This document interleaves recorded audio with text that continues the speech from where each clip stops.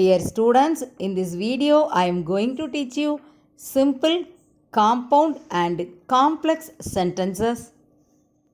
Let us first see the basic structure of the three kinds of sentences. A simple sentence is one which has only one subject and one predicate. A simple sentence has only one finite verb. Simple sentences are used to depict universal truth and facts. Simple சென்டென்ஸில் வந்து ஒரு சப்ஜெக்டும் ஒரு predicate மட்டும்தான் வரும். இதில் examples இப்போ பார்க்குறோம். His courage won him honour. With a great effort he lifted the box. He must work very hard to win the first prize. இந்த மாதிரி டூ எல்லாம் போட்டு வந்ததுன்னா நம்ம எதில் எடுப்போம்னா சிம்பிள் சென்டென்ஸில் தான் வந்து எடுத்துக்குவோம் இதை.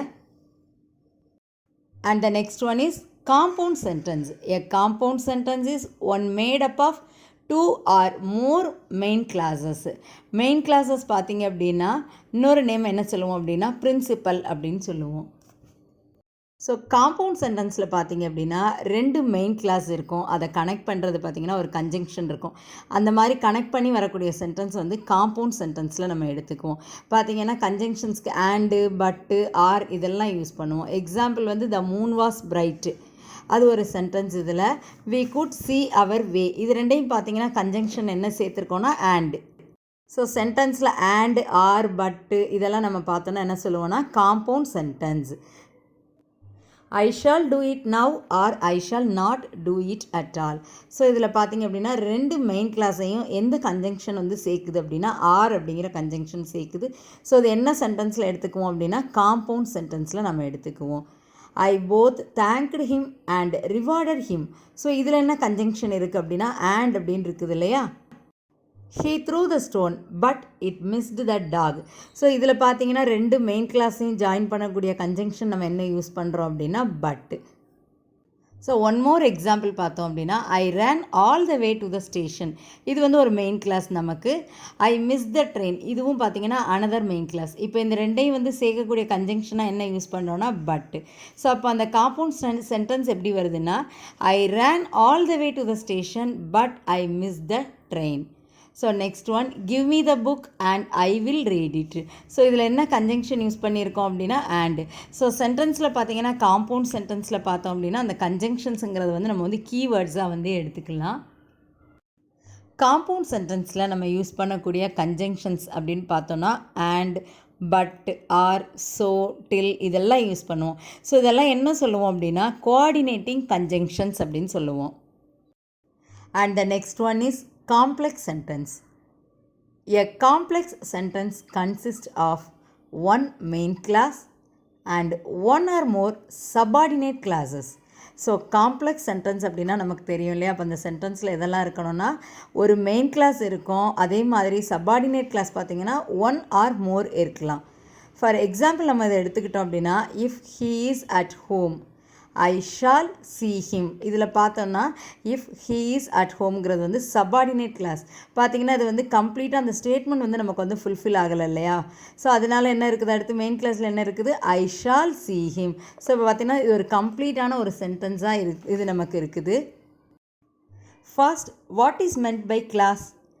எ clause is a group of words with a finite verb in it. It may or may not make complete sense. Clause அப்படிங்கிறது என்ன அப்படின்னா ஒரு குரூப் ஆஃப் வேர்ட்ஸ் இருக்கும். அதில் பார்த்திங்கன்னா கண்டிப்பாக ஃபைனைட் வெர்பு வந்து இருக்கும். ஸோ அந்த சென்டென்ஸ் வந்து நமக்கு மீனிங்ஃபுல்லாகவும் இருக்கலாம், இல்லைனா மீனிங் இல்லாமலும் வந்து இருக்கலாம்.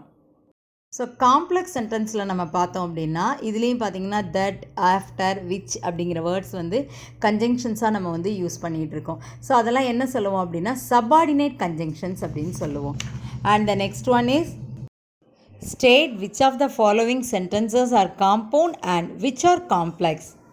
And the first one, man proposes but God disposes. இந்த சென்டென்ஸில் பார்த்தீங்கன்னா பட் அப்படிங்கிற கன்ஜங்ஷன் இருக்கு இல்லையா. ஸோ இது என்ன சென்டென்ஸ் சொல்லுவோம் அப்போ compound sentence. And the next one I went because I was invited. So இதில் பிகாஸ் அப்படிங்கிறத நம்ம என்ன எடுத்துக்குவோம் கீவேர்டு. என்ன எழுதலாம் அப்போ compound sentence. Next one Jansi returned home because she was tired. So இதுலேயும் நம்ம எடுக்கக்கூடிய கீவேர்டு என்னவாக இருக்குது அப்படின்னா பிகாஸ். அப்போ என்ன எழுதுவோம், இதுவும் compound sentence. And the next one, listen carefully and take notes. So இதுலேயும் பார்த்தீங்கன்னா இந்த ரெண்டு கிளாஸஸையும் சேர்க்கக்கூடிய கன்ஜங்ஷனாக என்ன இருக்குதுன்னா அண்ட் அப்படிங்கிற வார்த்தை தான் இருக்குது. ஸோ அப்போ அந்த வேர்டு இருக்கிறதுனால நம்ம என்ன சொல்லுவோம் அப்படின்னா compound sentence. Students, read the sentences carefully, observe the structure of it, find which is main class and subordinate class, and write the correct answer. And the next one, I called him but he gave me no answer. இதில் என்ன conjunction இருக்குன்னா but. அப்போ என்ன sentence எழுதுகிறோம் நம்ம compound sentence. And the next one, the town in which I live is very large. இதில் என்ன word பார்க்குறோம் அப்படின்னா விச். ஸோ அது வந்ததுன்னா என்ன எழுதிடலாம் நம்ம complex sentence. And the next one, they always talk who never think. So இதில் என்ன வேர்டு இருக்குது பாருங்கள் ஹூ. ஸோ என்ன எழுதுகிறோம் அப்போ complex. And the next one is we must eat to live but we should not live to eat. So இதில் use பண்ணக்கூடிய conjunction என்னது அப்படின்னா பட். அப்போ என்ன எழுதுவோம் அப்படின்னா காம்பவுண்ட் சென்டென்ஸ் அப்படின்னு சொல்லுவோம். And the next one, govern your passions or they will govern you. So இதில் பார்த்தீங்கன்னா இருக்கக்கூடிய கீவேர்டு என்ன யூஸ் பண்ணுறோம், என்ன கன்ஜங்ஷன் இதில் இருக்குன்னா ஆர். ஸோ அது என்ன டைப் ஆஃப் சென்டென்ஸில் நாம் எழுதுவோம் அப்படின்னா compound sentence. Dear students, I hope you have understood this concept. All the best, children.